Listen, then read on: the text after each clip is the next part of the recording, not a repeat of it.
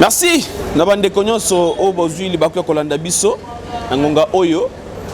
Apesi bino merci ebele ezali ngai wa bino José 650. Donc lelo tozui libaku ya kobeta na bino masolo na 15 minutes.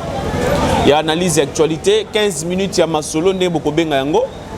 Na kati ya chaîne na bino bulingaka makasi NP 243 partout dans le monde bisika bozali kolanda biso. Vous allez porter peu comme ça bandego te tozali pe en direct na Facebook na biso José 650 Mboulayi sur beti boromo na biso na masolo to beta mokolo pendant 15 minutes. Nous allons analyser ensemble na bino actualité ya o ezali kolekana na République démocratique du Congo. Mes chers frères et sœurs, ba Congolais lokola ngai. Nini ezali kolekana na mboka Congo démocratique? Nini ezali caché na oyo nyonso zo na kati ya kolekana actuellement na politique ya République démocratique du Congo.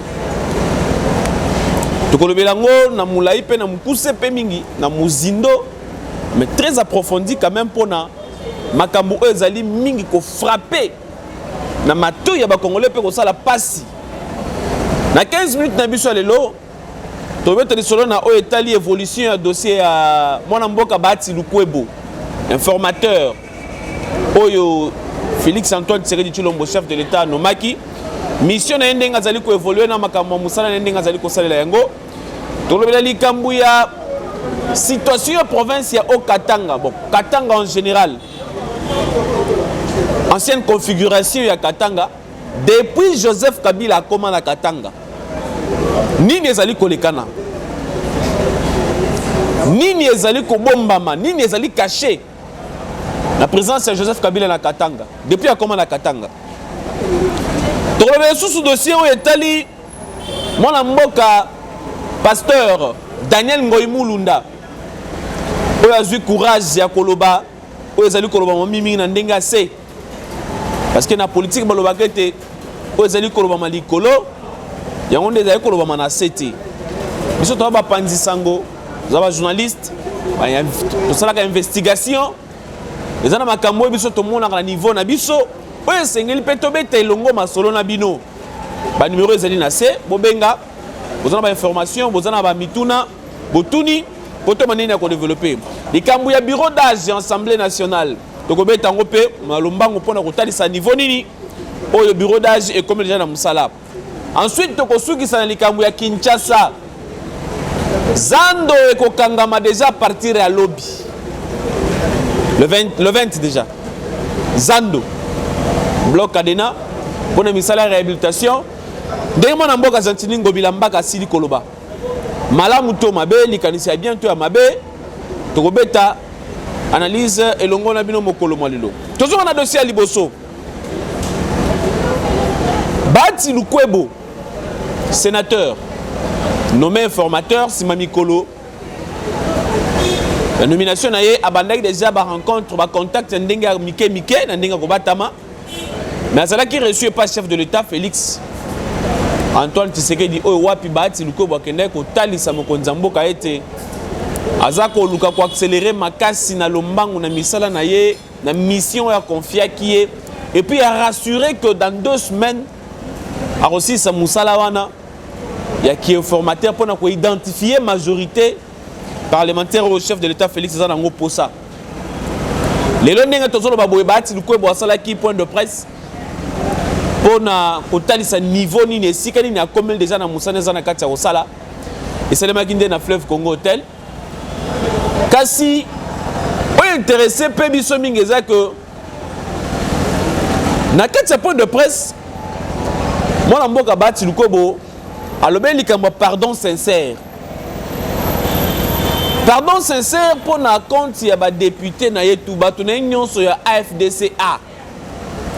Alobi alimbisi ba oyo nyonso oyo balongwaki. Et puis ezali pardon sincère. Qu'est-ce qui se cache na retour na vitesse moko exagérée ya batu nyonso oyo bazalaki proche batu nyonso oyo balakisaki fidélité na bango na Joseph Kabila mais retour oyo en vitesse oyo baozongela mbangu oyo pona union sacrée nini eza kobatama na nsima. Bahati Lukwebo nommé informateur, toutefois azalaki na volonté ya conserver mboka na balolenge moko boye oyo bino nyonso boyebi, mais il a travaillé aussi pendant les 18 ans de Joseph Kabila. Et après un moment, bah yokani te banzela, Bahati Lukwebo aponi nzela mususu ya koluka ko appuyer chef de l'État Félix na compte ya Union Sacrée. Ba Steve Mbikai banene kulu oyo nyonso batikalaki na ngambo wana kuna bazaye komi benga pe FDCA. Lelo oyo ba yepe Union Sacrée. Bahati Lukwebo a eu courage à koloba que a pardonné bango et puis ils a dit pardon sincère. Azape ko invité ba oyo nyonso batikali na ngambo wana bazana kati ya ko hésiter oyo tout bazaki na kati ya AFDC baya ko signer retour na bango officiel alimbisi bango. Nini ezali ko batama na sima eloko wana ba congolais ba ko mituna ebele. Sans toutefois oublier que Union Sacrée oyo ba congolais ba ko mituna ebele par rapport même à badir ya mwana mboka Lambert Mende. Mwana mboka Lambert Mende alobaki clair, alobi que autorité morale na bango ya Front commun pour le Congo, FCC, Joseph Kabila asengaki na bango ete basunga actuel chef de l'État Félix Antoine Tshisekedi pour être à réussir mandat naï. Mais comment voulez-vous que Batobazanga commis tout na mitune ya koloba Union Sacrée et commis coalition élargie to Union Sacrée ezali Union Sacrée batu oyo bazali ko uta na ngambo ya FCC okota na Union Sacrée bazali ko ya me sengeli balata langi ya sika to ezali nini yango ndeza kokotsa bulu yeke montre ba député ensemble côté na bango et comme Simba Benda Kanga kuna nana okende te nana otikala ti ba congolais na ba kino bazana posa surtout bino ba élu du peuple oyo bango ba votaki batindaki obozala ba représentant na bango besoin de courage ya kolobelaka peuple kolobelaka base na bino kosola bango vérité ko expliquer bango nini ezana kati ya kolekana parce que flou moko za makasi na esika wana.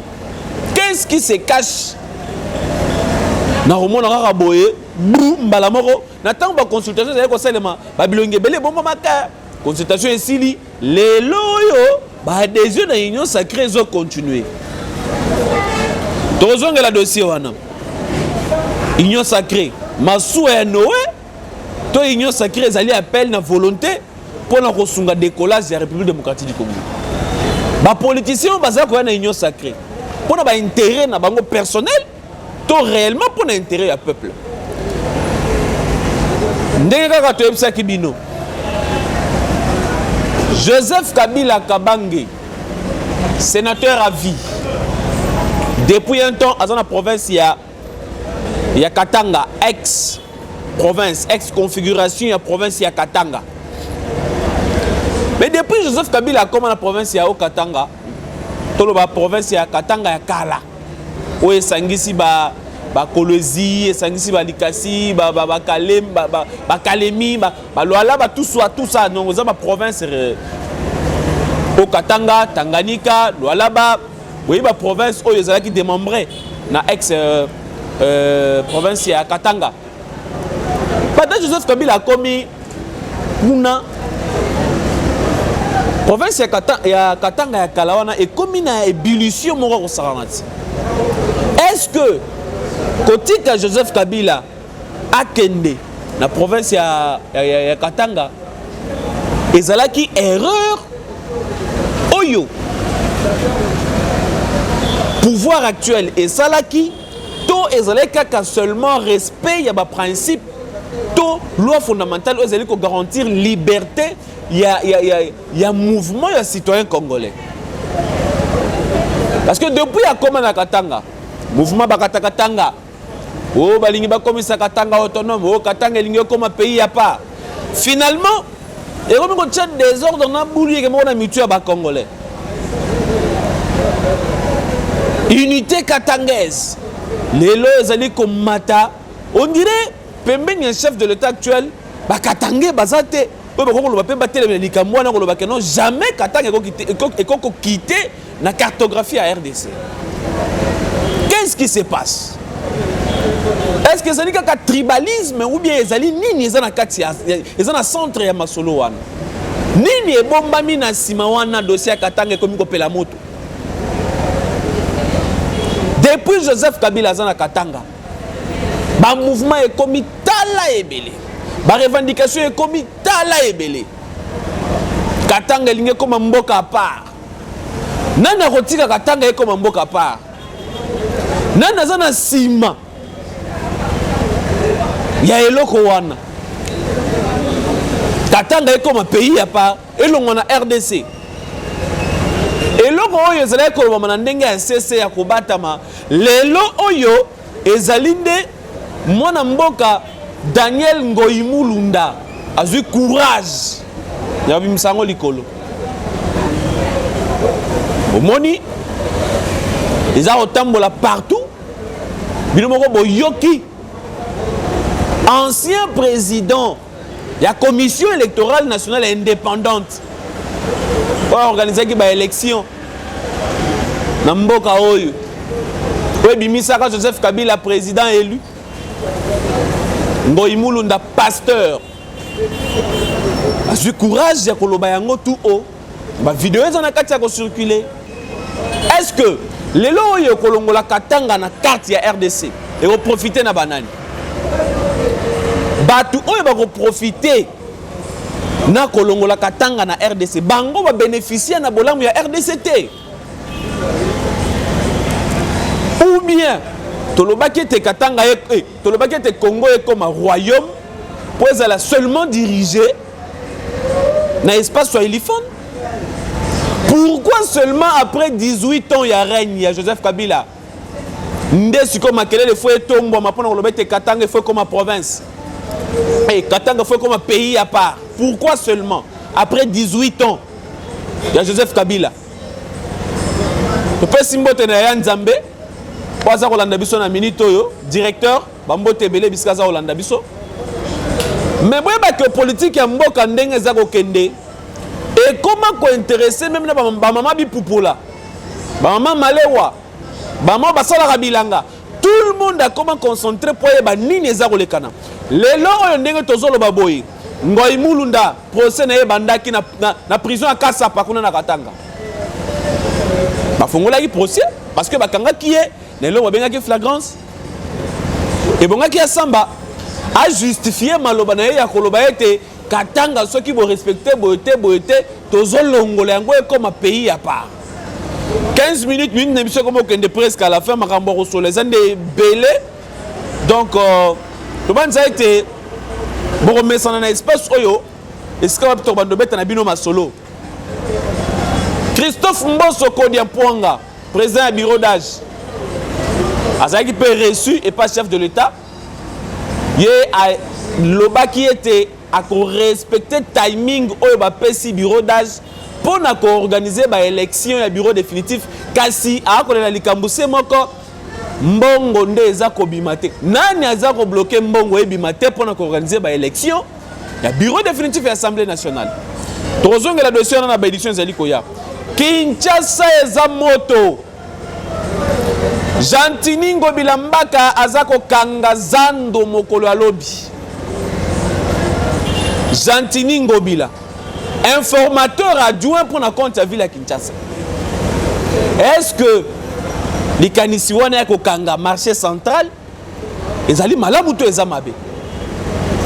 Ko réhabiliter marché central. Période de vague à liboso ya Covid, bakanga kazando. Bato bakota te po bako sala misala, bazo basala soki nini. Après confinement, on a fongola zando. Rien salema. Et l'autre morote salemara. Au propriété, au nini. Et l'autre. Les lois kin bopeto. Foutu. Tambola na Kinshasa mon mboka ndenge zali. Kin Bopeto foutu okanga kizandu tour ya liboso eloko te oye okanga siko ozokanga deuxième tour oyo mpona koexplike bato nini. Pourquoi seulement kokanga marché ya Kinshasa na moment oyo bato baza mpiaka janvier ezobeta bato moyeta bamamo batekaka na se kuna oyo bango wapi? Est-ce que l'extension va marcher botier marché Kalembelembe marché kuna na Rai kuna na 24 bato bakomesa na ngo mukolo nini o botier na itaga wana bakomesa est-ce que ba mesa ngo kuto zoko ka bato? Point d'interrogation. Nini ezali kolukama? Seulement koluka soulèvement to nini? Parce que ti sikoyo population ezako se mobiliser ya ndenge na ndenge pona koluka ko telemela likanisi wana. Ezali malamu to ezali mabe. Boko kanga zando boko réhabiliter zando pendant combien de temps? Na ba moyen nini? Ezali biloko esengeli communication ya gouverneur à ville ya Kinshasa et ça la musala et le na gouvernement provincial pour nous expliquer ba kinois nini eza ko luka ko salema. Est-ce que ça na intérêt ya ba kinois? Est-ce que ça na bolamu ya ba kinois to na ba kinoise to ezali kaka ko luka ko nyoko la ba kinois? Kinshasa oyo tonda na bato ebele na bikolo ebele. Donc lelo yo quand vous avez réfléchi le Kambakanga Kinshasa au Kanga marché central en tout cas essayez bo réfléchir bien makasi. Le bibiso to kozala wana na caméra pour kotala ndenge ni opération ngo ezali kolekana. Merci na bino tout bozuli baku ya kolanda biso. Merci na bino nyonso bozo kolanda biso na NP 243. Merci partout dans le monde bisika bozo kolanda biso. To kuta na lobby. Na banalise mususu na masolo actualité nyonso zali kobeta manakati ya mboka 15 minutes na biso ekomi na suka. Merci na Berdi Jamaela. Merci na JPS Tembwe. Merci na bae nyonso oyo bazala kosunga 15 minutes analyse pe débat. RDC elo makasi RDC sengele telema pour Afrique pe telema. To kuta na ngai na bino mola lobby. Merci.